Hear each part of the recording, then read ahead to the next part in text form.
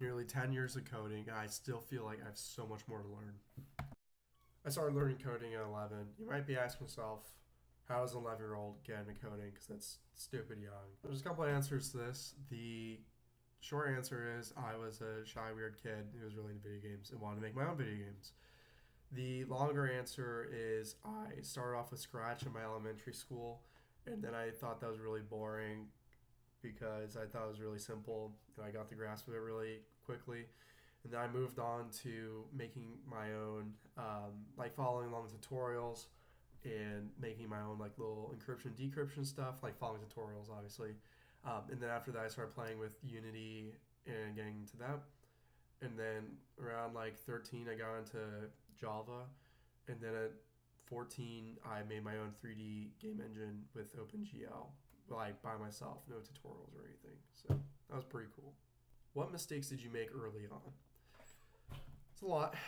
Fundamentally, I think the problem I had when I was younger, and the problem that a lot of people have when learning coding, especially now ChatGPT, is relying on tutorials or external sources too much.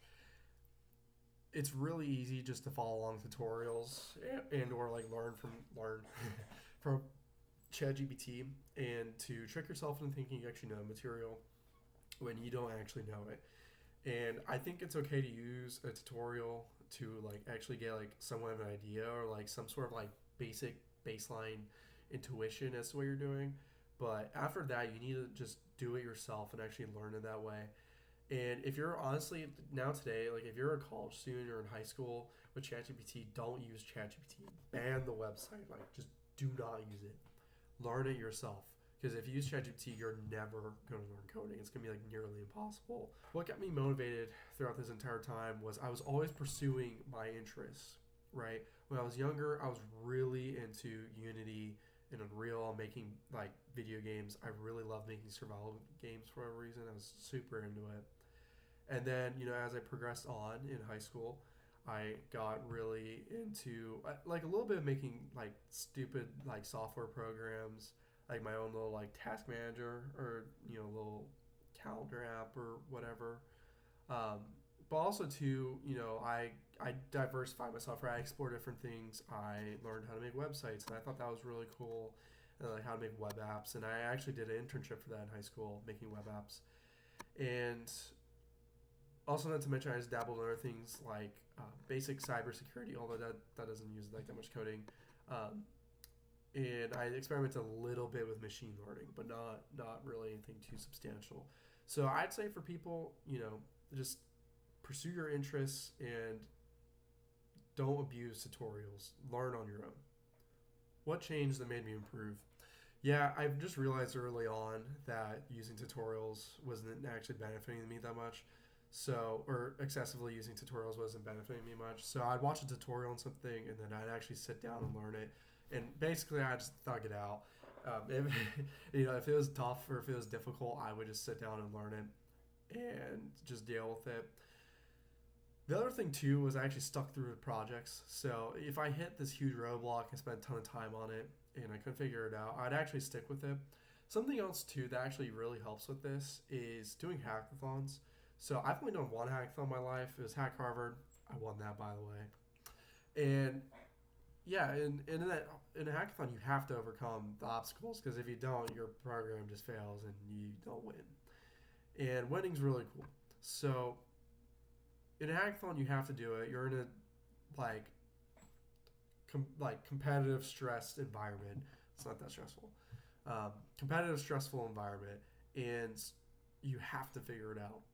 So I think placing yourself in a hackathon can be good for doing that. Just also testing out your skills, seeing like how much you actually know, and then doing projects and actually putting them into production is really important too because up until I started working on my startup, Nullify, which I'm doing with some friends, links down below.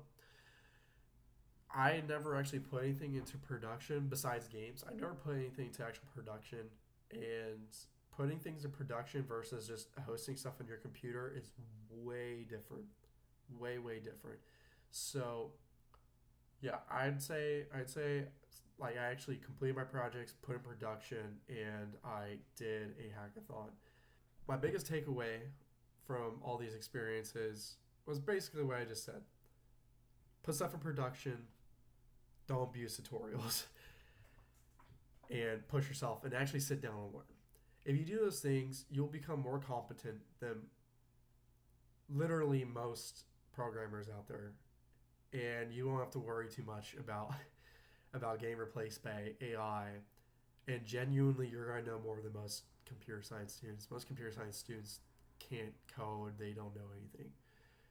And this applies. So if you're a CS student and you apply my knowledge and my advice, you will become a good programmer. If you're not a CS student and you're freelancer, like you're a solo dev or you're a solo learner, or whatever you want to call it, you will become better than most CS students and you'll become a great programmer. So that's my biggest takeaway. So keep it simple. If I had to start over, I spend way more time building cool stuff instead of just studying code. Now, if you just listen to all that and you just ask yourself, who the heck is this kid? My name is Jonathan Maynard. I'm a physics and computer science double major in my second year of university. I'm currently working on a startup with some friends. And actually, if you're in college, graduate school, high school, or elementary school, you should check out our platform, nullify.net, down below. It will be really helpful for you.